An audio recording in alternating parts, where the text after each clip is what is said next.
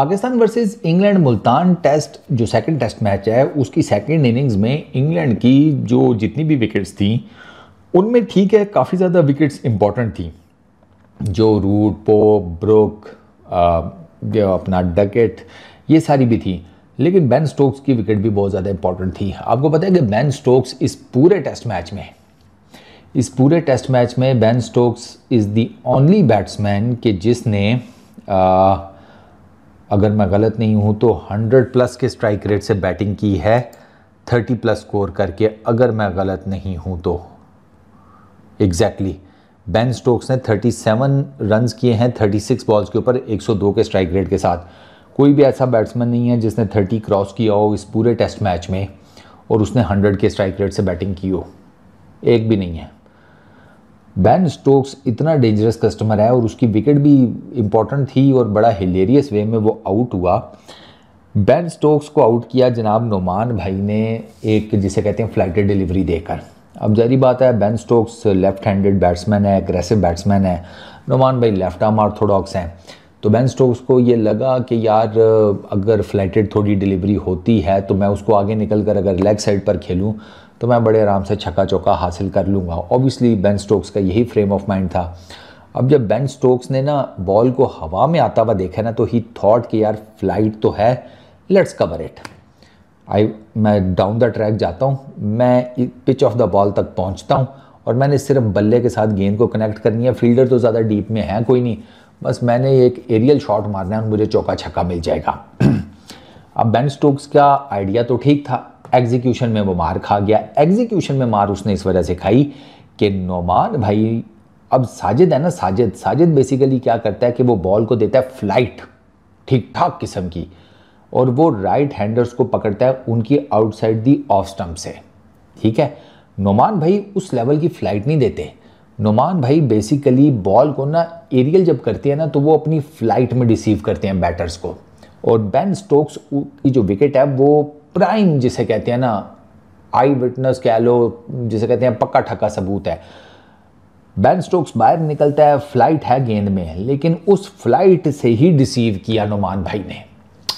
वो ball pitch हुआ जब पिच के ऊपर, जैसे ही बॉल पड़ा पिच के ऊपर तो स्टोक्स नहीं था near to the pitch of the ball. Stokes को लगा कि मैं आगे निकल कर pitch of the ball cover कर लूँगा। इसी वजह से अगर आप देखें तो उसके जब वो निकला है तो उसके पैरों और उसके बैट में ज़मीन आसमान का फ़र्क था, क्योंकि उसे यही था कि मैंने सिर्फ बल्ला मेरा गेंद को लग गया, मुझे रन्स मिल जाने हैं। लेकिन बॉल पड़ने के बाद जनाब टर्न तो हुआ ही हुआ, जाहिर सी बात है ब्रेक तो हुई हुआ, लेकिन उससे पहले वो जो फ्लाइट में रिसीव किया ना अपना नोमान भाई ने, वो क्रक्स है इस विकेट का, वो बेन स्टोक्स के स्टंप आउट का, कि नोमान भाई ने उसे वो जो बॉल को हवा दिया ना, वो हवा देने में उसे रिसीव कर दिया, क्योंकि वो नहीं पहुंच सका pitch of the ball. Stokes को ये गलत फहमी हुई कि मैं पहुंच जाऊंगा, नुमान भाई ने उसे कहा तू नहीं पहुंच पाएगा और नुमान भाई ने नहीं पहुंचा कर दिखाया। उसके बाद तो बॉल जब पड़ी है पिच के ऊपर तो टर्न तो जितना इस पिच के ऊपर हो रहा था वो आप सबने देख लिया, टर्न हो गया, बॉल सीधा गई है जनाब रिजवान के हाथों में और स्टोक्स के पास तो चांस ही नहीं था ना फिर वापस मुड़ने का। दो रीजंस हैं, एक तो वो बहुत आगे निकल गया था, दूसरा उसने इतने ज़ोर से शॉट मारी ग्लव्स उसके गीले थे, उसके हाथ से बल्ला भी स्लिप हो गया, बल्ला स्लिप होकर वो लेग साइड की तरफ चला गया उड़ता हुआ, और स्टोक्स जो है वो फिर वापस मुड़ के सिर्फ अपना ये हाथ ही ज़मीन पर रख सका अपने आप को बैलेंस करने के लिए। There was absolutely no way Stokes वापस आ सकता था बैटिंग क्रीज में।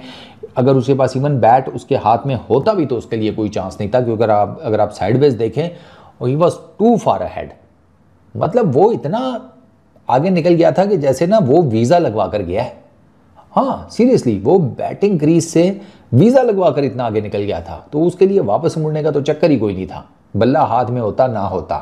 बाकी वो बल्ला शल्ला तो फिर आकर पकड़ा दिया उन्होंने, स्टोक्स को डिसअपॉइंटमेंट तो हुई, लेकिन यार बहुत वेल डिजर्व्ड किस्म की विकेट थी, क्योंकि स्टोक्स की विकेट इंपॉर्टेंट है। वो पहले भी इस किस्म की सिचुएशंस में इंग्लैंड को सिर्फ मैच बचा नहीं सका, मैच जितवा भी चुका है। वो फिर एशेज़ का टेस्ट मैच हो जाए, वो वर्ल्ड कप का मैच हो जाए, वो स्टोक्स के अंदर ये एबिलिटी है कि वो ना सिंगल हैंडेडली गेम का पांसा पलट सकता है।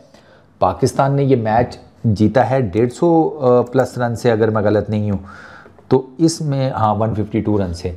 तो इसमें अब आपको मैं एक बात बताऊं कि अगर स्टोक्स के साथ मतलब स्टोक्स क्रीज पे खड़ा रह जाता, उसके साथ 2-3 पार्टनरशिप्स और लग जाती, तो चीज़ें पाकिस्तान के लिए मुश्किल भी हो सकती थी। ये मैं सिर्फ स्टोक्स के पॉइंट ऑफ व्यू से कह रहा हूँ, क्योंकि जिस किस्म का वो बैटर है। लेकिन फुल क्रेडिट नुमान भाई को जाता है कि उनकी ये वाली विकेट स्टोक्स की, और प्लस उन्होंने जो ओवरऑल सेकंड इनिंग्स में 8 विकेटें ली हैं, आउटस्टैंडिंग बॉलिंग।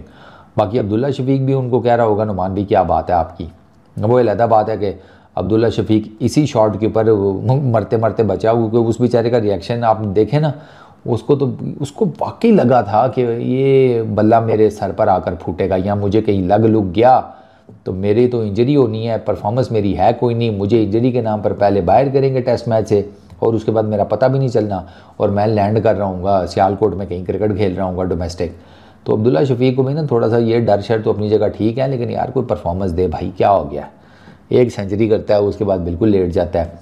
तो पाकिस्तान ये जो टेस्ट मैच जीता है ना, ये अपनी बॉलिंग की वजह से जीता है, इन पर्टिकुलर स्पिन बॉलिंग की वजह से, और पाकिस्तान को यही मंत्रा आगे कंटिन्यू करना चाहिए। Simple as that. यही मंत्रा रावलपिंडी में कंटिन्यू हो तो पाकिस्तान रावलपिंडी वाला टेस्ट मैच भी जीत सकता है, और होम सीरीज़ भी जीत सकता है आफ्टर सो मैनी ईयर्स।